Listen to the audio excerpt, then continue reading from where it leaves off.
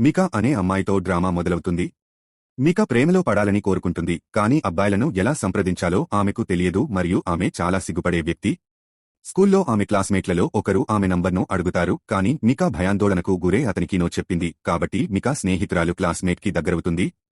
మికా వెళ్లిపోతున్నప్పుడు ఆమె హీరోకి ఎదురవుతుంది. హీరోకి చూసి మికా చాలా భయాందోళనలకు గురవుతుంది. స్కూల్లో అందరూ హీరోకి చెడ్డవాడు అని చెబుతారు. తరువాత మికా తన ఫోన్ను పోగొట్టుకుంది. లైబ్రరీలో అది మోగడం వింటుంది. ఆమె కాల్కు సమాధానం ఇచ్చినప్పుడు ఎవరో ఫోన్ నుండి మొత్తం సమాచారాన్ని తొలగించినట్లు చెప్పారు. తర్వాత అదే నంబర్కు ప్రతిరోజూ మికాకు కాల్ వస్తుంది. సంభాషణను ప్రారంభించేందుకు ప్రయత్నిస్తుంది. మికా సెలవులో ఉన్నందున ఆమె ప్రతిరోజూ తనకు కాల్ చేసే రహస్య వ్యక్తితో చాట్ చేయడం ప్రారంభిస్తుంది. సమయం గడిచిపోతుండగా మికా ఆ వ్యక్తిపై ఆసక్తి చూపుతుంది. ఆమె అతనిని ఎలా ఊహించుకుంటుందో చిత్రాలను కూడా గీయడం, మరియు వారి కాల్స్ ఎక్కువ కాలం పెరుగుతాయి. ఒకరోజు ఒక కాల్ సమయంలో రహస్య వ్యక్తి వారి సంభాషణను గుర్తుంచుకోవడానికి ఆకాశంలో ఒక చిత్రాన్ని తీయమని మికాను అడుగుతాడు. మికా తన వెకేషన్ను ఆస్వాదిస్తూ ప్రతిరోజూ రహస్య వ్యక్తితో మాట్లాడుతున్నందుకు సంతోషంగా ఉంది మరియు ఇది తన రహస్య ప్రేమికుడిని కలవడానికి మికాకు ఆసక్తిని కలిగిస్తుంది. అంతకుముందు మికా పుట్టినరోజు వస్తుంది మరియు ఆమె తల్లిదండ్రులు వాదించుకోవడం వల్ల ఆమె సంతోషంగా ఉండదు, చాలా బాధపడుతుంది. మికా రహస్య వ్యక్తితో ఫోన్లో మాట్లాడుతుంది. ఆమె పుట్టినరోజును చేయడానికి వారు మొదటిసారి కలవాలని సూచించాడు. వారు పాఠశాలలో కలవడానికి అంగీకరిస్తారు. ఆ రోజు వచ్చినందుకు మికా చాలా సంతోషంగా ఉంది. ఆమెను అందంగా కనిపించేలా చేస్తుంది. కానీ మికా మీటింగ్ ప్లేస్ వద్దకు వచ్చినప్పుడు ఆమె హీరోకి ఎదురవుతుంది. మికా అతనిని ఊహించని కారణంగా చాలా భయాందోళనలకు గురవుతుంది. ఒక క్షణం మికా కూడా తాను మాట్లాడుతున్న వ్యక్తి తను కాలేడని అనుకుంటుంది.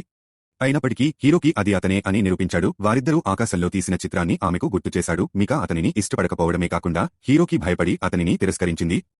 హీరోకి మీకా కోసం కొన్ని పూలు తెచ్చాడు. మీకా అతనిని తిరస్కరించడంతో పువ్వులు నాటి వాటిని జాగ్రత్తగా చూసుకుంటాడు. హీరోకి పువ్వులకు నీళ్లు పోస్తూ మికా కోసం ఇంద్రధనస్సు సృష్టించడం మికా చూస్తుంది. హీరోకి మంచితనం ఉండొచ్చని మికా భావించి అతడిని చూసి నవ్వింది. హీరోకి ఆమెకు పుట్టినరోజు శుభాకాంక్షలు తెలిపి తన బైక్పై ఆమెను ఇంటికి తీసుకువెళతాడు. మికా హీరోకి పట్ల ఆకర్షిత అవుతుంది, ఎందుకంటే అతను వారి ఫోన్ కాళ్లతో ఆమె రోజులను ప్రకాశవంతం చేసిన వ్యక్తి. కాబట్టి మికా తాను హీరోకితో సంతోషంగా ఉండగలనని నమ్ముతుంది మరియు ఆమె తన మొదటి అవకాశాన్ని అతనికి ఇవ్వాలని నిర్ణయించుకుంది. ఇద్దరూ నిద్రపోతారు. మికా మొదట మేల్కొంటుంది. ఆశ్చర్యానికి గురి చేస్తూ హీరోకి నిద్రలో ఉండగా మరో అమ్మాయి పేరు కల్వరిస్తాడు. మికా ఫూల్ అనుకుని పారిపోతుంది. మికాకు హీరోకి నుండి కాల్ వస్తుంది. నిద్రపోయినందుకు క్షమాపణ చెబుతాడు, కానీ మికా స్పందించలేదు. అతను నిద్రిస్తున్నప్పుడు హీరోకి చెప్పిన అమ్మాయి ఎవరో తెలుసుకోవాలనుకుంటోంది. మరుసటి రోజు మికా బస్సు కోసం వేచి ఉండగా కొంతమంది వ్యక్తులు ఆమెను తమతో తీసుకెళ్లడానికి ప్రయత్నించారు. మికా పారిపోతుంది. వ్యక్తులు ఆమెను పట్టుకున్నప్పటికీ మికా విడిపోవడానికి ప్రయత్నిస్తున్నప్పుడు ఆమె హీరోకి మాత్రమే ఆలోచించగలిగింది. వారి అకృత్యాలను అనుసరించి మికా తనకోసం వెతుకుతున్న హీరోకి వెతకడానికి పరిగెత్తింది. వారు కలిసినప్పుడు హీరోకి మికాను రక్షించలేకపోయాననే కోపంతో ఉంటాడు. అతను వారిని ఎదుర్కోవడానికి వెళ్లాడు. తరువాత హీరోకి మాజీ ప్రియురాలు ప్రతీకార చర్యగా మికాకు హాని కలిగించడానికి వారిని నియమించుకుంది. హీరోకి సోదరి మాజీ ప్రియురాలి జుట్టును కత్తిరించింది. ఒంటరిగా బయటకు వెళ్లాలనే మికాకు భయాన్ని తగ్గించడానికి అలా చేసింది. మికా క్రమంగా కోలుకోవడం ప్రారంభించింది. ఆమె తల్లి ఇది ఆమె తప్పు కాదని ఆమెకు చెబుతుంది. ప్రతిరోజూ తనతో మాట్లాడే హీరోకి కూడా ఆమె కోలుకోవడానికి కారణం. మికా తిరిగి స్కూళ్ళకి వెళ్లాలని నిర్ణయించుకుంది మరియు హీరోకి మికాను రక్షించడానికి వేచి ఉంటాడు. స్కూళ్ళకి చేరుకునే ముందు హీరోకి మికాను తన ఇష్టమైన ప్రదేశానికి తీసుకువెళ్లాడు. మికాను ఎల్లప్పుడూ రక్షించడానికి తను ఆమె ఆకాశంలా ఉండాలని కోరుకుంటున్నట్లు చెబుతాడు. మికా హ్యాపీగా ఫీలైంది. హీరోకి ఆమెను ముద్దుపెట్టుకోవడానికి ప్రయత్నించినప్పుడు ఆమె సిగ్గుపడింది. స్కూల్లో మికాకు ఏమి జరిగిందో అందరికీ తెలుసు. వారు ఆమెను ఎగతాళి చేస్తూ చాక్బోర్డ్లపై నోట్స్ రాశారు. అయినప్పటికీ హీరోకి మికాను రక్షించడానికి ప్రయత్నించాడు మరియు అన్ని సగటు సందేశాలను తొలగించాడు. ఇది మికా తన విశ్వాసాన్ని తిరిగి పొందేలా చేసింది. మికా మరియు హీరోకి మళ్లీ ఒంటరిగా గడిపారు. సమయం గడిచే కొద్దీ మికా గర్భవతి అని తెలుసుకున్నప్పుడు చాలా ఆందోళన చెందింది. ధైర్యం కూడగట్టుకుని హీరోకి చెప్పాలని నిర్ణయించుకుంది. మికా అతనితో చెప్పింది, కానీ ఆ క్షణంలో హీరోకి పారిపోయాడు. హీరోకి తనను ఒంటరిగా వదిలేస్తున్నాడని భావించి మికా చాలా బాధపడుతోంది. దీనికి విరుద్ధంగా హీరోకి మికా కోసం బహుమతితో తిరిగి వచ్చాడు. ఆమెను బిడ్డను కలిసి చూసుకుంటానని వారిని రక్షిస్తానని వాగ్దానం చేశాడు. దీంతో మికాకు చాలా సంతోషం వేసింది. హీరోకి మికాను తన తల్లిదండ్రులకు పరిచయం చేయాలని నిర్ణయించుకున్నాడు మరియు హీరోకి తల్లిదండ్రులు సంతోషించారు. అయితే మికా తల్లిదండ్రులకు హీరోకి నచ్చకపోవడమే అతడికి బాధ కలిగించింది. అయినప్పటికీ అతను మికా మరియు బిడ్డను చూసుకుంటానని తన వాగ్దానాన్ని కొనసాగించాడు.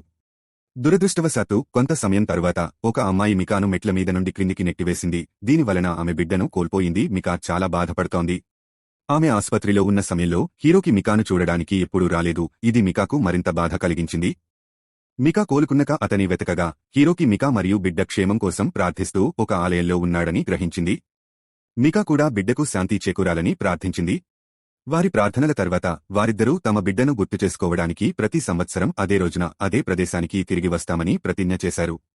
సమయం గడిచేకొద్దీ హీరోకి తనను తాను మికా నుంచి తప్పించుకోవడం మరియు ఆమెను విస్మరించడం ప్రారంభించడంతో మికా చాలా ఒంటరిగా ఫీల్ అవుతోంది.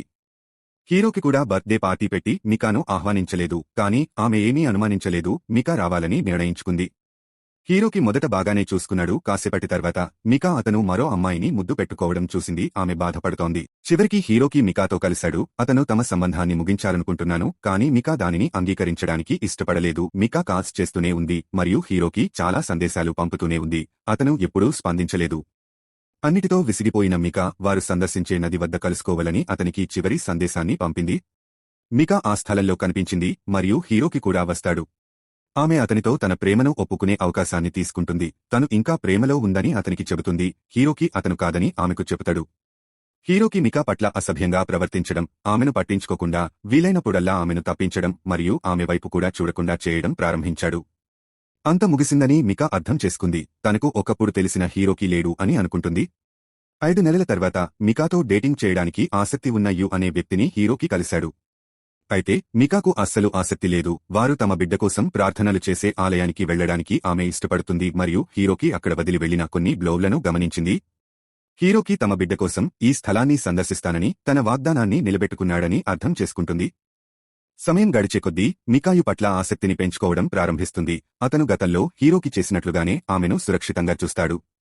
ఆమెను సంతోషపరుస్తారు మరియు క్రమంగా మికా తన బిడ్డను కోల్పోవడాన్ని మరియు ఆమె మొదటి ప్రేమను అధిగమించడం ప్రారంభిస్తుంది. మికా తన బిడ్డను గుర్తుంచుకోవడానికి మళ్లీ ఆలయాన్ని సందర్శిస్తుంది. ఆమె హీరోకిని ఎదుర్కొంటుంది, కానీ ఈసారి మాత్రం మికా భిన్నంగా భావించి హీరోకి ఏది అడగడం చేయదు. మికా యుతో వెళ్లిపోతుంది. ఆమె చివరకు హీరోకి నుండి విడిపోయింది. ఆమె తనకు వీడ్కోలు పలుకుతూ అతను సంతోషంగా ఉన్నాడా అని అడుగుతూ చాక్బోర్డులపై ఒక గమనికను వదిలివేస్తుంది. తర్వాత హీరోకి తాను సంతోషంగా ఉండేవాడినని, కానీ ఇప్పుడు లేడని రాశాడు. మికా హీరోకి ప్రతిస్పందించాడని గ్రహించింది, కానీ ఆమె ఇకపై ఆసక్తి చూపలేదు. తన జీవితాన్ని కొనసాగిస్తుంది. సమయం గడిచిపోతుంది. మికా మరింత ప్రశాంతమైన జీవితాన్ని గడుపుతోంది. స్కూల్లో చదువుతుంది, యుతో డేటింగ్ చేస్తోంది. మికా ఇకపై హీరోకి గురించి ఆలోచించదు, కానీ ఆమె ఇప్పటికీ తన బిడ్డ కోసం ఆ స్థలాన్ని సందర్శిస్తుంది. కొన్నిసార్లు హీరోకిని గుర్తు చేసుకుంటుంది. యు మికాకు ప్రపోజ్ చేస్తాడు. ఆమె సంతోషంగా అంగీకరిస్తుంది. అయితే అదే రోజు హీరోకి ఆమెను ఎందుకు విడిచిపెట్టడు. యు మికాకు చెప్పడు.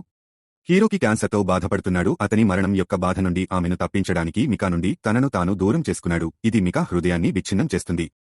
మికా హీరోకిని చూడటానికి వెళ్లాలని కోరుకుంటుంది, కానీ యు ఆమెను విడిచిపెట్టడం ఇష్టం లేదు. మికా హీరోకిని ప్రేమించడం ఎప్పటికీ ఆపదని యు అర్థం చేసుకున్నాడు, కాబట్టి అతను ఆమెను విడిచిపెట్టాడు.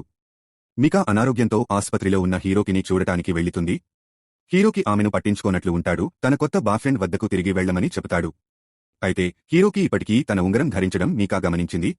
అయినప్పటికీ హీరోకి మికా సంతోషంగా ఉండాలని మాత్రమే కోరుకుంటాడు మరియు ఆమె యుతో సంతోషంగా ఉంది కాబట్టి ఆమె వెళ్లిపోవాలని చెబుతాడు.